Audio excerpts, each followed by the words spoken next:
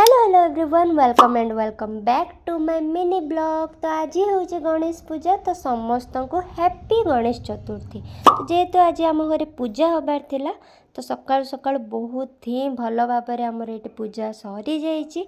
तो ये भोग लगी खाइला दीदी पाक किसी जिनस पठवार थिला आ बापा मो किए आसिक पहुँचलु स्टेशन ले। तो सेठू रिटर्न कला मुझे मो मेहंदी देखीदेली कहीं कलरटा बहुत ही बढ़िया होता। तो माँ ये गोटे लंच प्रिपेयर करते आम समस्ते खाई सारी आ ये जेहेतु ऑफिस रु लेट आसला तो ये एका बसिक खाऊला।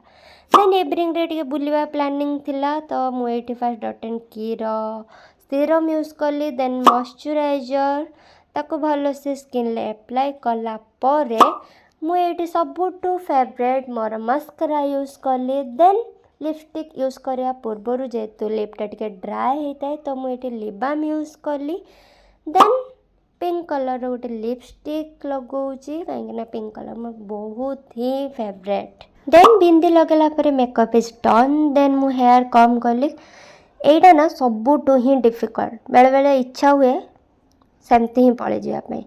देन मुझे इयरिंग्स पिंधिली। Then I am ready. तो चलो एबे दीदी ऑफिस रो आसला पर्यंत टिके वेट करनबा। तो फाइनली एते टाइम रो वेट कला परे दीदी आसिक ऑफिस रो पहुँची जाइए। आमे भाबतिलु गाड़ी रे बसिकी बुलिकी पळे आसिया बोली बट नो एते जे भिड़ होइतिला तो आमको गाड़ी गोटे जगह रखिकी चली चलिकी जावाई पड़ला। जना पड़ेनी ये पूजा टाइम रे एत लोग कौटे ही पड़े आसती। तो जहाँ भी हो पूजा टाइम रे ये सब भिड़ एमती बहुत ही भल लगे। तो मुझे किछिटा बालेश्वर मेढ़ आपण मानक देखी। तो पुणी देखा नेक्स्ट ब्लॉग रे। Bye bye.